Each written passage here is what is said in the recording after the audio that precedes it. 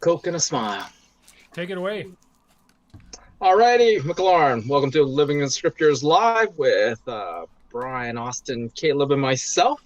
We're looking back at last week, prayer, and the second part of why we need to pray. And we looked at Ephesians 6:10-20. We didn't focus too much on the first part, which was the armor of God. But at about verse 17, it tells us, connects this word with and 4 or 5 times Paul tells us pray, pray, pray, pray, pray. That's how we enter into the battle. That's how we put on the armor.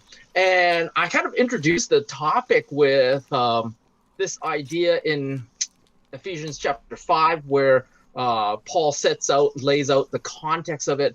He says, awake, sleeper.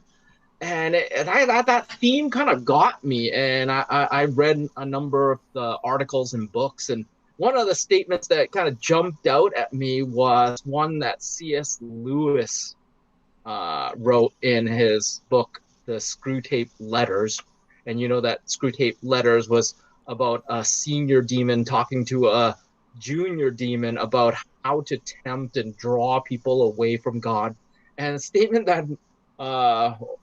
that I quoted from C.S. Lewis was, why use adultery when golf will do? And I thought I'd open with that and just ask you guys, what you guys thought about it. How do you, for me, it just, that statement kind of blew me away. And that idea that Satan is more than willing to just chip away at us.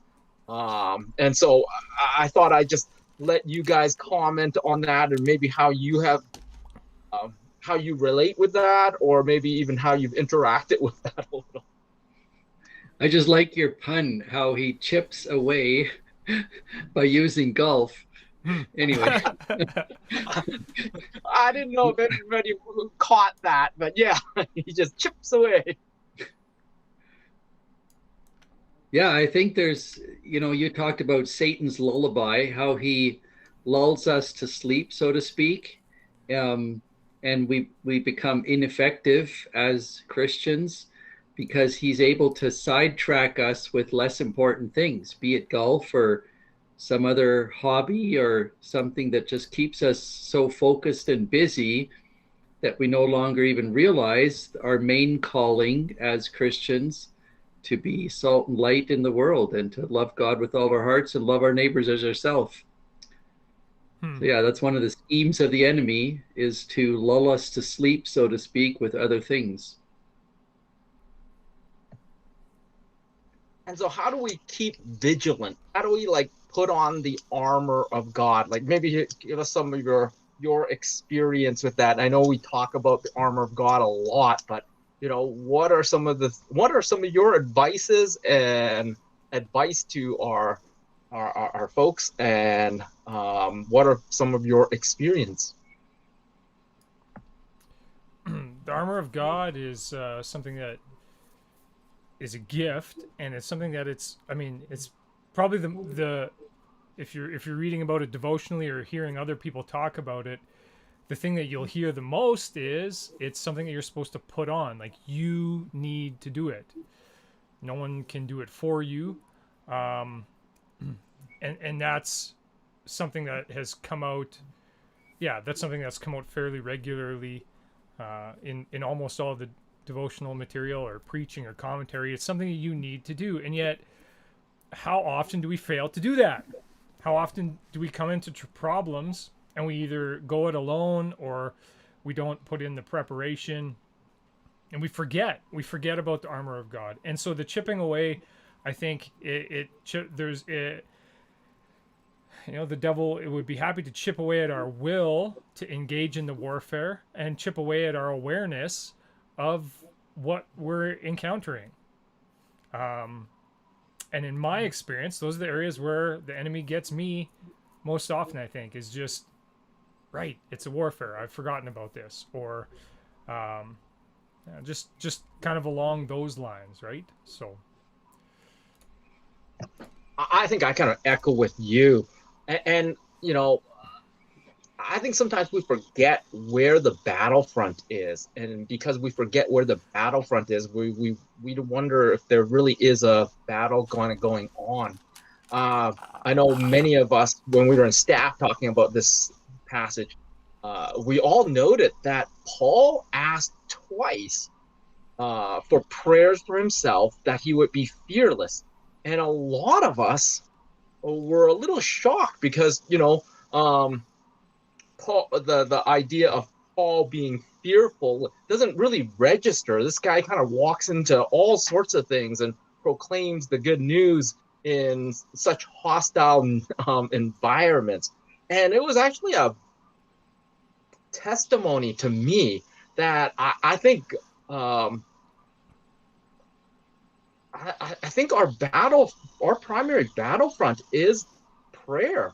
He says, put on the armor and then pray, right? Like that we engage and maybe even we put on the armor through prayer, through word, spirit, and prayer, that we put on the armor. And maybe that's what makes Paul so effective. And I know, like I said, I read a number of articles on how the church in Iran is exploding in the midst of persecution, and one of their church planter missionaries said that they pray 4 hours a day, and they said that that's actually the warfare, and then we just go out and complete what was already begun in the time of prayer. So I know that. Any of you got any other comments around advice, experience around putting on the armor and prayer? I think one of the tools or the schemes of the enemy is to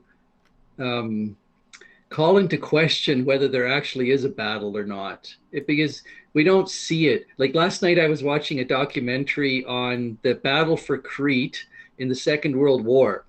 And the British were on the island of Crete, and the Greeks and the Grecians, and they knew the Germans were coming. I mean, they prepared for battle, and then they fought an incredible battle to try and hold the island. We know, in theory, at least, that there's an enemy, but we don't see it with our natural eyes, and so it's easy to forget that there's actually a battle going on. In fact, I read a statistic that Barna Research did a survey, and they said 40% of church-going people don't actually believe that the devil is a real being. They think it's just symbolic for the evil in the world. So if you don't believe there is a devil or demonic forces, you don't really believe that there is a battle going on, then you don't really have to pray in the spiritual realm to fight this fight. Yeah. So just the realization that it's real, that's a huge motivating factor to me anyway, to enter into prayer and to put on the armor of God. So then how do you see the battle raging around us? Like that's just a great point that, I think the devil wants us to believe that we're in peaceful times and there's no battle. There's really this is a figment of your imagination. How do you see the battle manifest itself? And then maybe that's a way of us alerting ourselves to stay awake and be in the battle. What are some of the telltale signs that we are still in a battle? Well, want some other people to jump in here too, but I think it's a little different, I think, in every culture or society. And when I look at statistics on Canadian youth, for example, rates of depression are higher in Canada than almost any other place in the world, especially than in third world countries. So I think that's an indication that there's a spiritual battle going on in spite of our affluence and all the opportunities our young people and adults have. There are serious issues, and to me that's possibly a symptom of a spiritual battle that's going on and that's being lost on many fronts.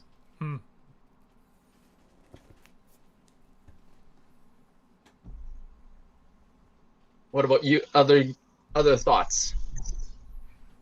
Where do you see the battle? I see the battle a lot in the media and TV shows and movies and stuff like that. If you watch a movie nowadays, in order to find like an actually good movie, you have to watch like so many different trailers because you're like, oh man, this movie has like this in it and this movie has this in it. And then when you finally find one that you're like, oh, this is probably a good one, it's like they creep in so many different things. And if you just like look at the time date stamp of like when the movie was made, if it was like before 2010, more of those are okay than like the ones that are like nowadays where they're like less okay, less biblically based, more and more less towards Christian values than they were in the past. And that's something that's like we have been lulled to sleep because we didn't do anything about it. We just keep letting it slide and slide and slide down. I mean, there are some good movies out there now, like The Chosen and stuff like that, but it's still the values of the general populace are going down. So you definitely see it in the shifting of world views and perspectives. And yeah, that I like what you said about like being lulled to sleep. Like half the time, I think it's almost like the frog being boiled in water, right? Like it's gradually, slowly, and almost you don't even think about it. I think about, this is sometimes can be a hot topic, like, the everything from gender identity to sexuality, the use of our sexuality, and it's become almost the norm, whether it's outside or inside the church. We view our sexuality isn't dramatically different at times, and I think that's often a reflection of what you've said, Austin, kind of that, shifting of worldviews, and we don't even we kind of wake up one day and says, wow.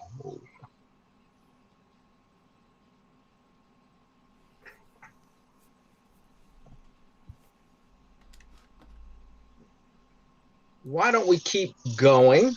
One of the stories that I kind of shared was how God gives us direction and guidance through the word, through spirit, through prayer. And I used Acts chapter 8.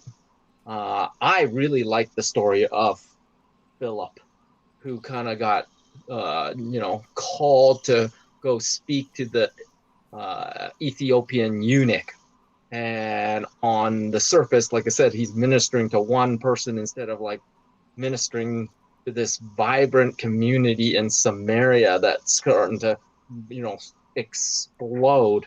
But historians say that this was the catalyst to the gospel going into northern Africa. And the sarcastically, I said, who knew? Well, God knew. How have you experienced things like that in your life? Like, how has God guided you in your life? And you just look back and says, oh man, I could not have pieced those things together. This is God's doing. This is how God directs. Well, after I became a believer, made a commitment to Christ while I was in Africa, I prayed that God would show me what to do next because I felt a call to some kind of ministry and not to go back to the work I was doing before.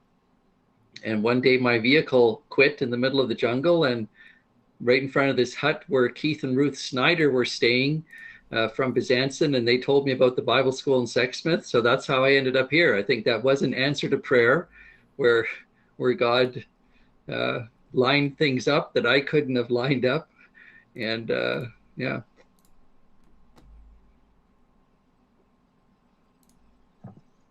That's a great story.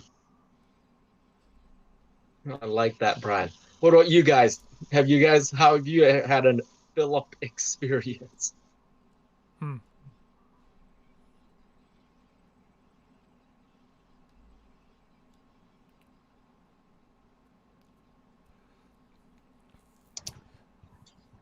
I'll let you answer, Austin. You go for it, man. okay.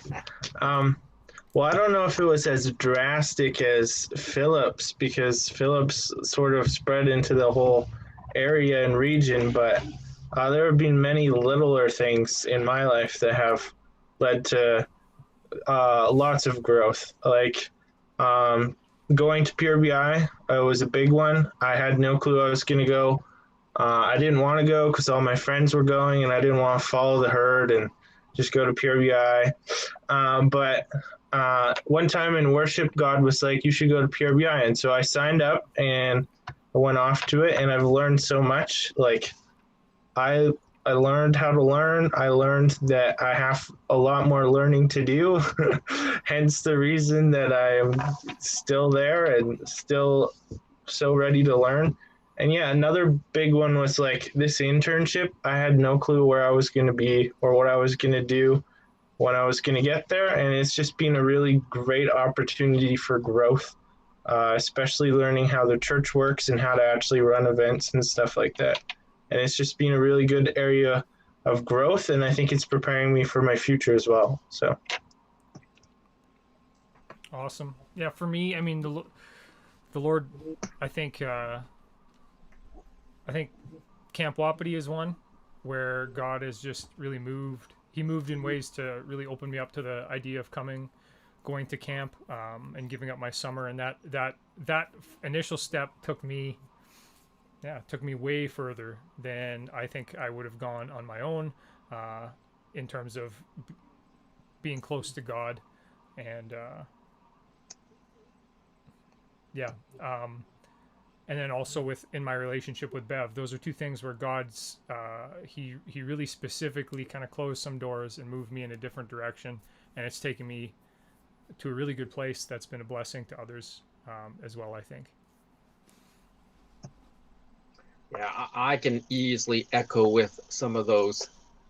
For me, I think the big one is really career moves, and I don't even mean going into the ministry, but I can think of a number of career moves in my 20s that changed the direction of my life.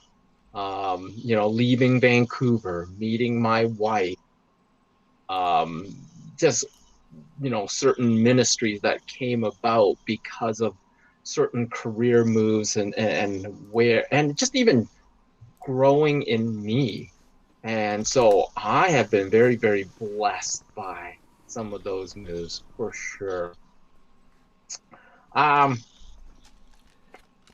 Was there anything in the message that caught you? Any thoughts, any comments, any reflections?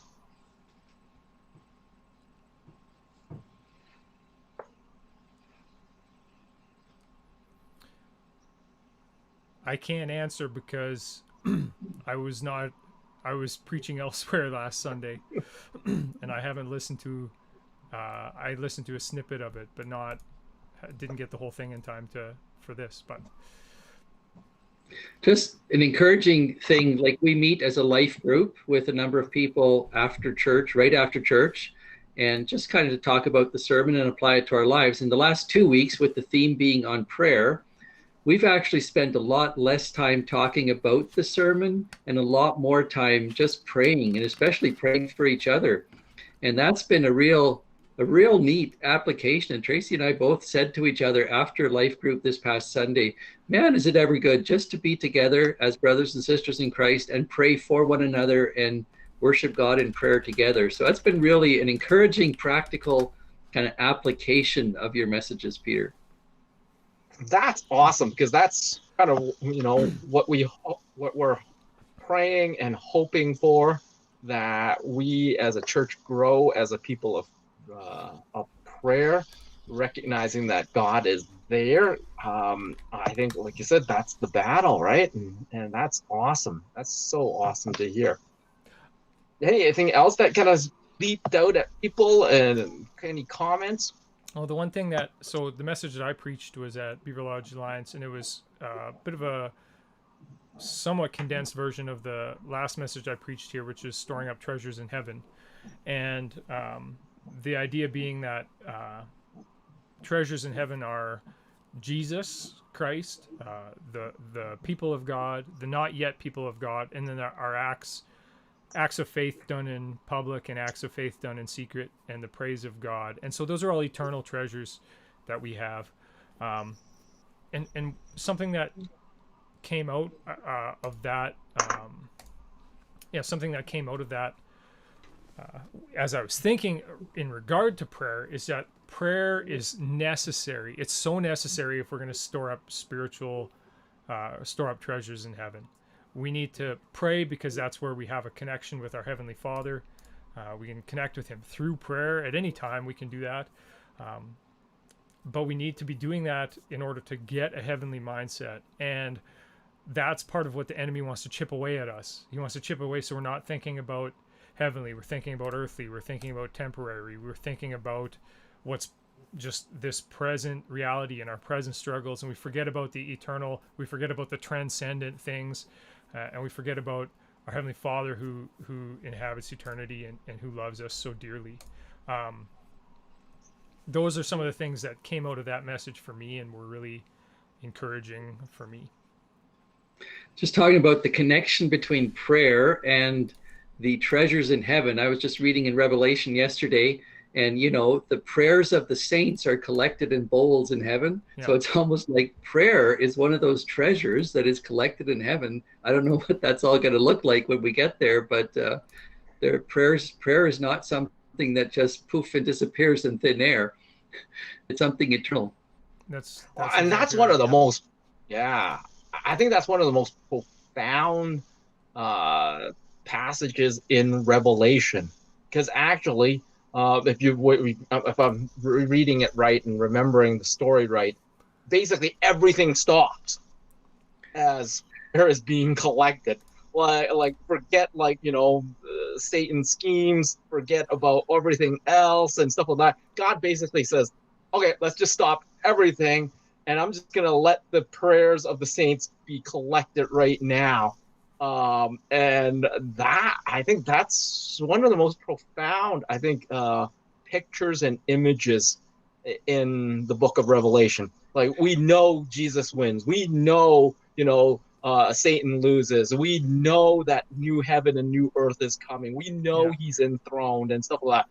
But to me, like I said, it's a surprise that all of heaven and earth stops for this period of time as God sits there and says, I just want to hear the prayers of the people be collected and come. And that's how profound and how much God, like I was saying, in a very mysterious way, I don't know if we can fully explain it, but he sovereignly ties his hand to the prayers of the people, right? No, our prayers don't make him contingent to us, but yet he somehow sovereignly connects himself to the prayers of he sovereignly works through the prayers of his people. I think that's such a moment in Revelation.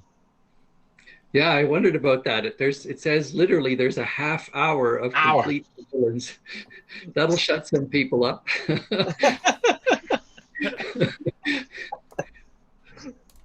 I won't go there.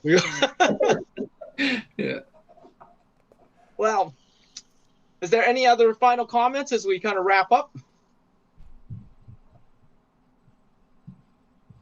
Well, thanks for joining us for Living in the Scriptures Live. We did it a little early this week because I have a dental appointment that I have to run off to. It was awesome chatting with you fellas. Blessings on all of you, and this is Life here at McLaurin. See ya. Yep. See ya.